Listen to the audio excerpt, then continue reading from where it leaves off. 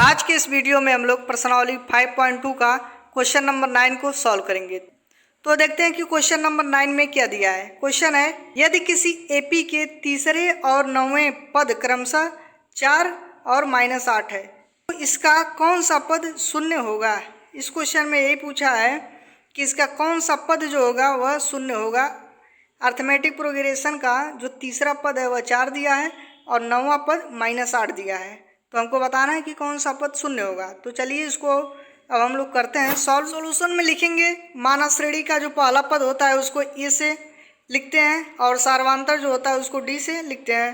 तो क्वेश्चन में क्या दिया था, तीसरे और 9वें पद 4 और -8 है, तो तीसरा पद अर्थात A3 की वैल्यू जो है वह 4 है और A9 की जो वैल्यू दिया है वह -8 दिया है। तो इससे हम लोग ए और डी की वैल्यू को निकाल सकते हैं और ये भी पता कर सकते हैं कि कौन सा पद शून्य होगा।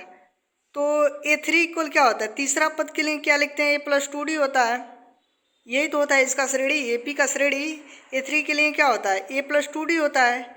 यह कैसे होता है, AN इक्वल क्या होता है, A+n-1 इंटू डी होता है। तो n के स्थान पे 3 रखेंगे, 3 में से घटाएंगे तो क्या बचेगा, 2 तो बचेगा, 2 ही, तो A+2D यही बचेगा। तो A3 इक्वल A+2D होता है, तो A3 की वैल्यू कितना दिया है, 4। तो A+2D इक्वल किसके इक्वल लिख सकते हैं, 4 की, क्योंकि A3 का वैल्यू क्वेश्चन में दिया है। तो इसको मानेंगे समीकरण फर्स्ट।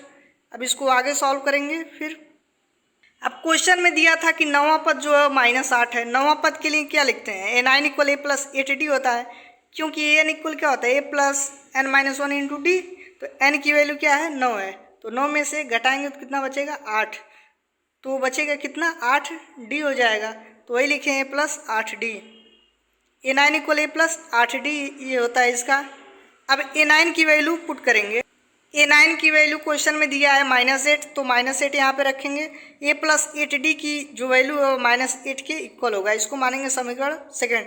समीकरण फर्स्ट और सेकंड मिल गया, तो इससे हम लोग A या D की वैल्यू को निकाल सकते हैं। तो इससे हम लोग अब सेकंड माइनस फर्स्ट करेंगे। सेकंड क्या है, A+8D इक्वल -8, उसको लिखेंगे और फर्स्ट A+2D इक्वल 4 उसको रखेंगे यहाँ पे, और उसके बाद घटाएंगे सेकंड में से फर्स्ट को। तो घटाएंगे तो माइनस का यहाँ पे साइन हो जाएगा तीनों जगह, यहाँ पे प्लस है और माइनस है, इससे कैंसिल हो जाएगा। और 8D और 2D घटाएंगे तो कितना बचेगा, 6D बचेगा यहाँ पे, और -8 -4 जोड़ेंगे तो -12 हो जाएगा। अब D की वैल्यू क्या होगा, 12/6 हो जाएगा। तो 6 दूना कितना होगा, 12। तो D का मान आ गया -2। अब D का जो मान है वह समीकरण इसमें फर्स्ट में रखेंगे तो A का मान निकल जाएगा। तो फर्स्ट क्या है, A+2D इक्वल 4 है, तो D के स्थान पे -2 रखेंगे तो कितना होगा, -2 दूना 4 हो जाएगा। तो वही यहाँ पे रखे हैं, D का मान फर्स्ट में रखने पर। तो A+2 इंटू D की वैल्यू -2 है इक्वल 4, 2 दूना क्या होगा 4, तो A -4 इक्वल 4। -4 को पक्षांतर करेंगे इधर तो +4 हो जाएगा। तो A की जो वैल्यू हो जाएगी वह 8 हो जाएगी।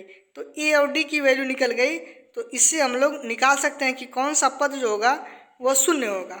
तो मान लीजिए कि जो श्रेणी का nवां पद है वह शून्य होगा। हमको ये नहीं पता है कि कौन सा पद शून्य होगा, मान ले रहे हैं कि nवां पद जो होगा वह शून्य होगा। तो AN इक्वल कितना हम लोग मानेंगे, 0।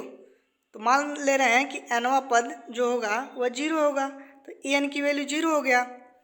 तो A+n-1 इंटू डी होता है, यहाँ पे पद जो माने हैं कि n है, ठीक। तो 8 A की वैल्यू रखेंगे। अब A के स्थान पे 8 आ गया, +n-1, n की वैल्यू नहीं पता है, इसी को निकालना है। और D की वैल्यू निकालें यहाँ से, -2 रखेंगे इक्वल 0 यहाँ पे हो जाएगा। अब 8 को इस साइड ऊपर पक्षांतर करेंगे तो क्या होगा, -2 n-1 इक्वल -8 हो जाएगा। अब n-1 इक्वल क्या होगा, 2 से काटेंगे तो 2 चौका कितना होगा 8, माइनस से माइनस कैंसिल, तो n-1 की वैल्यू हो गई 4। तो n का मान क्या होगा, 1 को पक्षांतर करेंगे इधर तो 4 1 कितना होगा 5, तो n का मान आ गया 5। अतः n का मान क्या आ गया 5। आंसर में लिखेंगे अतः पांचवा पद जो होगा वह शून्य होगा, क्योंकि n की वैल्यू 5 आ गया, तो पांचवा पद शून्य होगा। इस तरह से इस क्वेश्चन को हम लोग सॉल्व कर सकते हैं। Thanks for watching this video. Please like and subscribe this channel.